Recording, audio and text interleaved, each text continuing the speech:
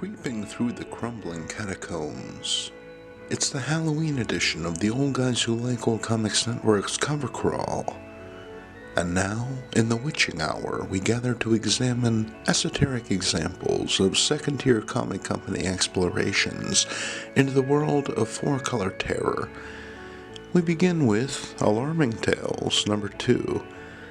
This book has a cover by Joe Simon of Simon and Kirby fame. And this comic actually has some interiors by Kirby as well.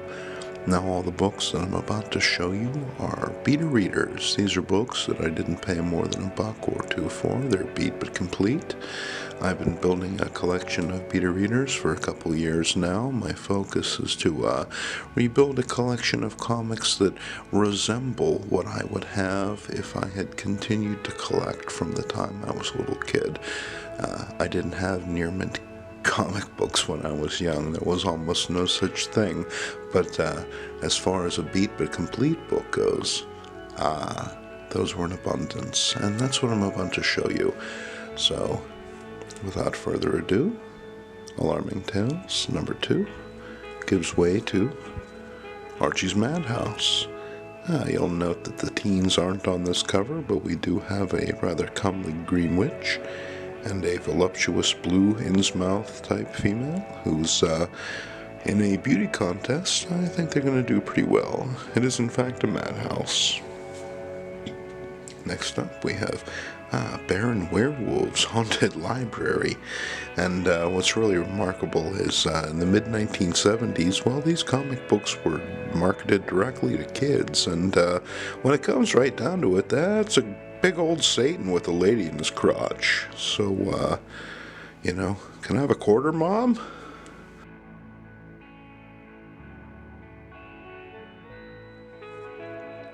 Next up, we have the Modern Comics reprint of Charlton Comics Beyond the Grave. Now, Modern Comics were reprinted with the idea of selling in 3-packs in retailers. These books would be available inexpensively, sometimes as an incentive for buying a t-shirt or something like that. They were reprinted from old Charlton plates. And when that model fell through, essentially, there were a whole bunch of these books left over, and they began appearing in places like Hill's Department Store. You might find them with little stickers on them that say 8 cents a piece, which is quite a deal for a Ditko cover.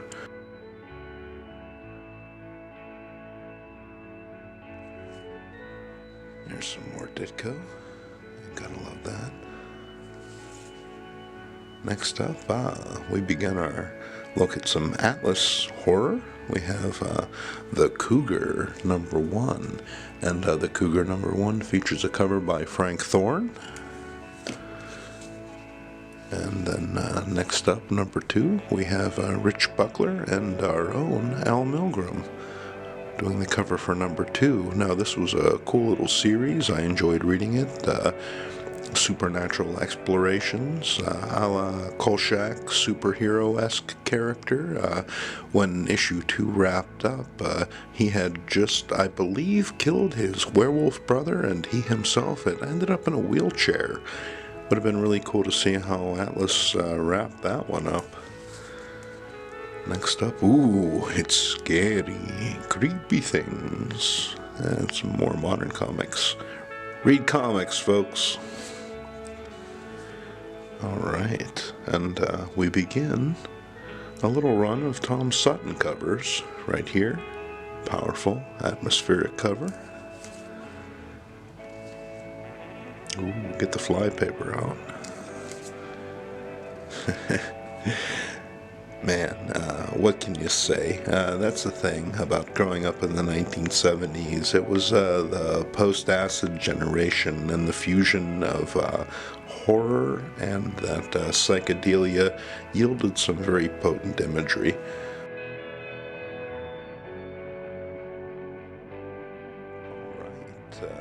Next up, this one technically isn't a horror comic book, but it flirts with that. Crime Does Not Pay. We have the gallows in the background. We have, the bloated full moon. Spooky bear tree, a murderous gentleman with a cleaver, a frightened young lady. We even have a little bit of rodental damage down there at the bottom, but I don't let that bother me. I enjoy that. Cover by Charles Byro. Hard to go wrong.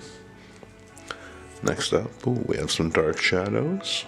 I'm sure everyone has a couple of these books in their collection. I find that they're actually a little more enjoyable than trying to watch the TV show. You can pick up one of these, read it from beginning to end, and get the experience, whereas the TV show just seems to go on and on and on. Oh, speaking of on and on and on, Dracula. Here's Dell's Dracula. Now, this would have been number one, except for the fact that Dell had, a few years earlier, printed an adaptation of Bram Stoker's novel Dracula, which makes this Dracula number two number one, because this is the first appearance of this particular version. He was introduced at the height of the Batmania Adam West frenzy, the mid-60s action, and let me tell you, the character didn't fare all that well. Next up, we have some Demon Hunter, more Rich Buckler. If you're familiar with this character, you'll note that he hopscotched from a couple different comic book companies, eventually ending up at Marvel as the Devil Slayer. These are the brand new occult files of Dr. Spectre. Don't settle for those old ones, those fusty, dusty old ones. You want this stuff right here. It's the good stuff. 15 cents. Next up, this is a Western adventure. Technically, it's not a horror, but it flirts with that genre, with the spooky house, the gibbous moon, the bats in the background, and that horse. Well, that horse ain't having it. You better listen to your trusty steed there, Geronimo Jones. Next up, some Tom Sutton, signed as Grizzly, Ghostly Haunts. It's a powerful cover.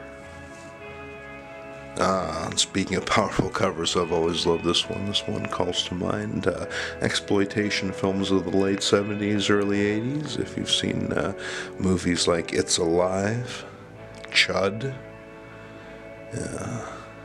definitely has that going for it. Next up, here's an iconic Dell. I see this one a lot on Tumblr. People seem to have very fond memories of ghost stories. Next up, do you dare spend the night in Ghost Manor? I bet you won't. Steve Ditko says, come stay with me in Ghost Manor, if you dare. And here we have a groovy Pat Boyette bondage cover once again.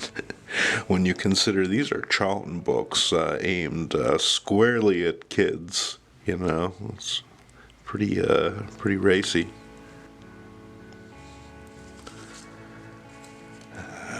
And now, this, my friends, is one of my all-time favorite Tom Sutton covers. I found this particular book at Bug-Eyed Monster in Wilkinsburg when the store was closing, gosh, many, many years ago, and I was floored. What could I say? The colors, the composition, the fangs. Sheesh.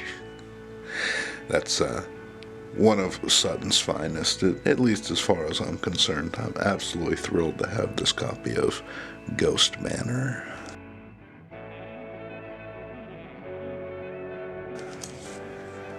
Next up, more Ditko, Ghostly Tales.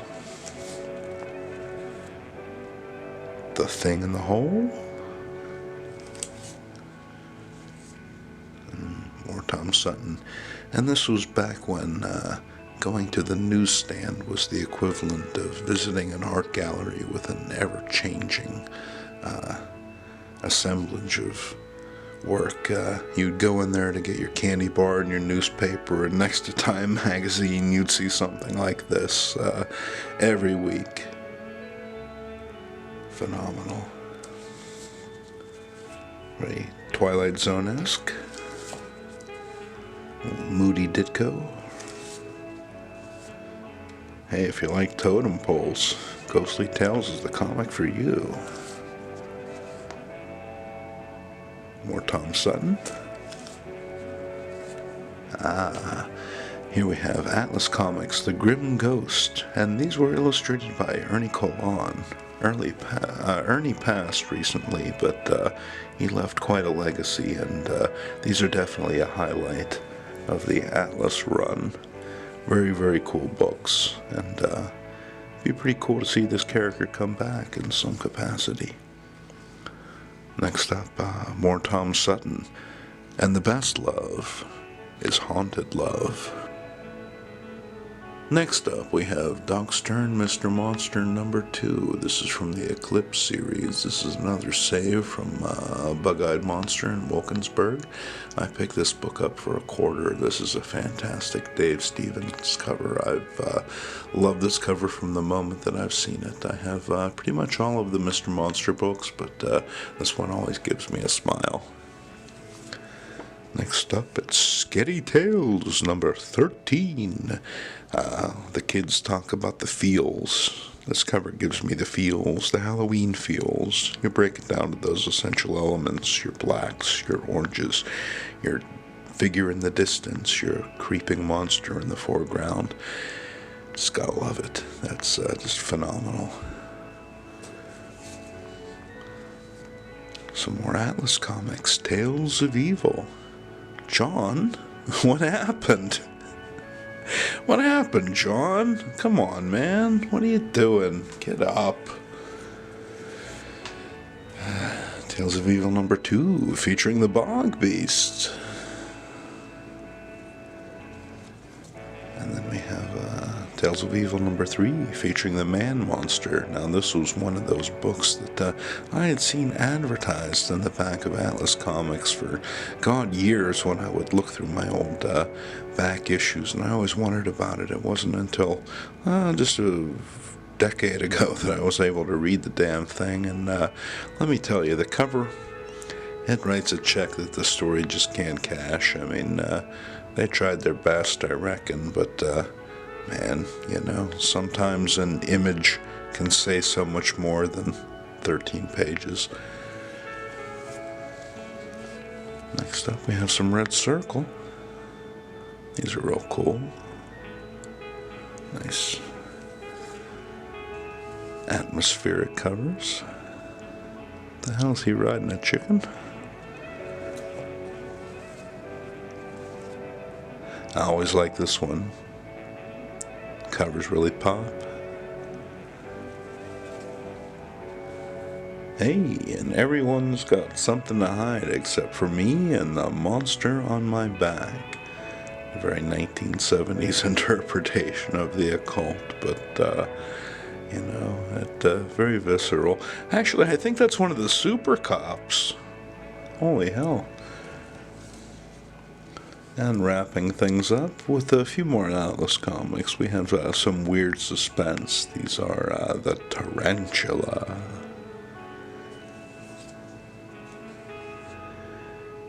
And it's funny. You wouldn't think that there'd be a character that could make Spider-Man look really with it and together, but then you got this dude with his big bug eyes and his purple pants, and 3 issues. God bless you. And, that's pretty much it, folks. I hope you enjoyed this look at these second-tier comic publishers and their horror comics. It's been a spooky experience for me. I hope it gave you a chill as well. For the Old Guys Who Like Old Comics Network, I'm Jason Mink. Thanks for watching.